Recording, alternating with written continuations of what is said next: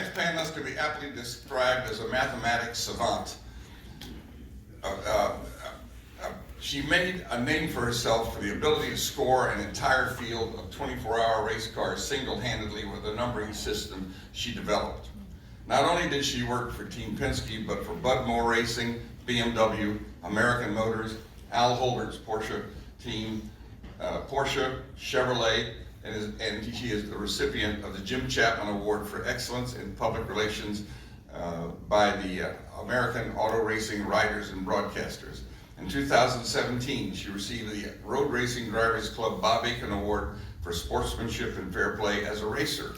She is also an alumni of the Cannonball Sea to Shining Sea Trophy Dash and a Cadillac limousine. From Connecticut, please welcome Miss Judy Stropus.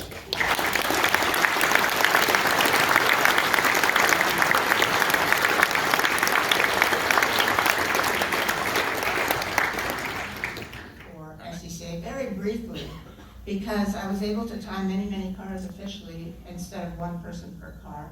And so somehow I got the teams that were racing professionally at that time, in particular the Bud Moore team. This is a long story because I had an Alfa Romeo, I crashed it, I had black eyes and a scar, and I promised my friends in Marlboro, Maryland to time score their 6 hour or 5 hour, 4 hour, 3 hour, whatever, under 2 liter race on Saturday. So I take a bus down there because I promised them. And Duke Manor, if anybody remembers Duke Manor from Auto Week, I was riding a little bit then, doing some PR, and they picked me up. He and his girlfriend Charlie picked me up, and they were my chauffeurs. So they also took me to a cocktail reception somewhere nearby, and all the Ford people were there, Fran Menendez, Bud Moore, and they're talking in a conversation saying, you know, we need the Trans Am race tomorrow. It's 5 hours. You know, we really need somebody. They hadn't had anybody really keeping track. They would take SCCA's numbers at the end of the race, and that was the information they had. Nobody was giving them information except for your individual car during the race. So here's a 5 hour race. And so I'm standing there with a cocktail in my hand, and Bud Moore and Fran saying, hey, we need some timing and scoring, and I'm just paying no attention, oblivious, and it was Duke who said, oh, Judy does that, and she does it well. Oh, yeah, okay, I can do that for you tomorrow. They said, okay, we'll pay you $25. I said, fabulous. I was there. And so you know, there were no timing stands then, but you were able to put the trucks in by the pit area. So there was a photograph in my book, and it's out on the web, about where there's the Cougars, the Mercury Cougar team, the team they were running. And it was Cale Yarborough, Leroy Yarborough, Ed Leslie, Peter Revson, and I may have missed one. Dan Gertie drove for them too as well. And so there's this truck in the back, and I said, it looks like it might rain. So they put ramps up, and I'm on a toolbox, and I have my lap chart. And you know, I thought this was the end of it. By that time, it was 1967, I was already tired of racing. I've been in racing since 1960, doing all the local club stuff. And, you know, I said, oh, I crashed my car. And so I took Duke and Charlie drove me back to New York. And the next day, Fran Hernandez calls me, Bud Moore calls me, because they took the lap chart and they saw that it was perfect.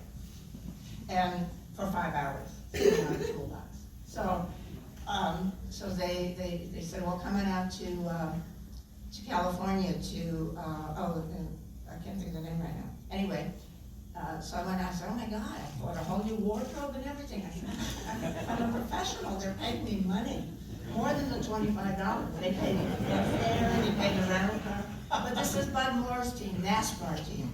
This girl shows up. You know, I come, hey. I'm doing your timing and scoring. And they all stared at me. You know, they couldn't figure out what this was all about. In any event, we continued that year, and then the following year they had to go with some other people because it went to Mustang.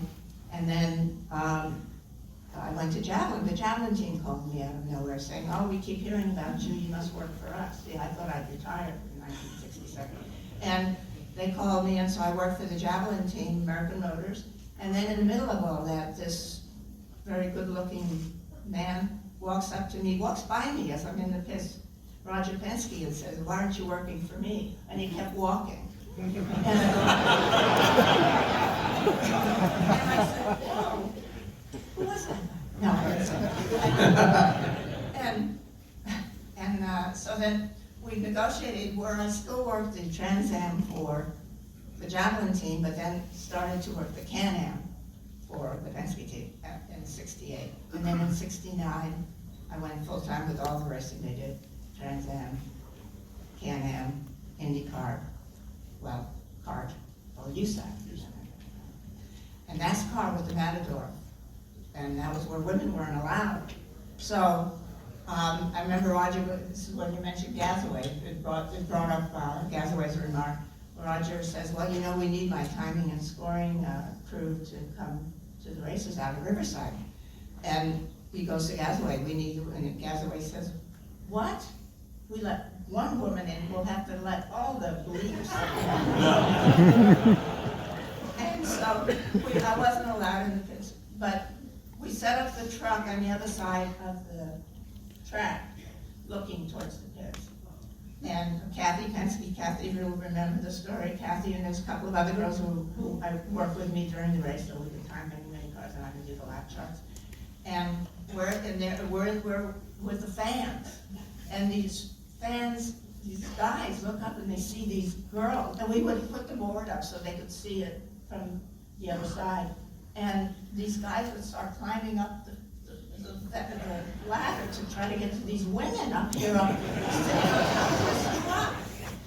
And it was really hilarious. So we were not allowed in. You know, it was much later. The same with the Indy 500. I was one of the first who came, women who were in the pits in the Indy 500. So. Well, you did a fantastic job.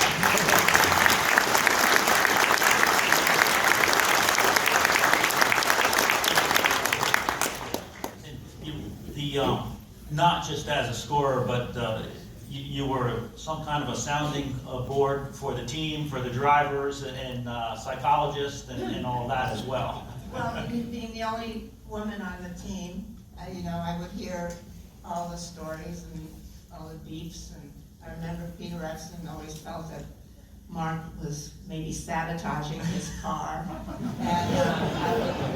and I would say, "No, I don't think so. I think Mark, that's the way he sets it up, because he sets it up very differently, and so I'm sure he's just setting up your car the same way as his, and it's just doesn't suit your style." But you know, and then I would hear Mark talk about other things that were going through his life, and the one particular story I remember telling you is that, and I remember Lewis Hamilton recently going through this kind of funk, like, you know, like, what am I doing here? Why am I here? Kind of thing, you know, because when you're at the top, you're winning everything. You're accustomed to winning everything. You're the target. Everything you do and everything, you have the best crew in the world, you have the best team in the world, they're putting everything together perfectly. You're winning. And it got to be where there was no challenges anymore. In my mind, I'm picturing what's in his mind. And at the time, Peggy Lee had the song, "Is That All There Is?" And that became sort of our little theme song. I don't know if you remember any of this, or Woody. We had "Is That All There Is?" And it would be the theme song, like, we're winning, there's so many great stories that, from my point of view, because I didn't wrench anything. I didn't fix anything. I didn't do any mechanics, so my perspective is very different. But it was like he went through this bit of a funk, you know, where you need a challenge, you need something to fight. Oh yeah, I could see that would be a disappointment, winning all the time. Things I've never said. But, you know, again, amazing what you were able to accomplish with just a small group of people, and we talk about how tight-knit that group was and how much work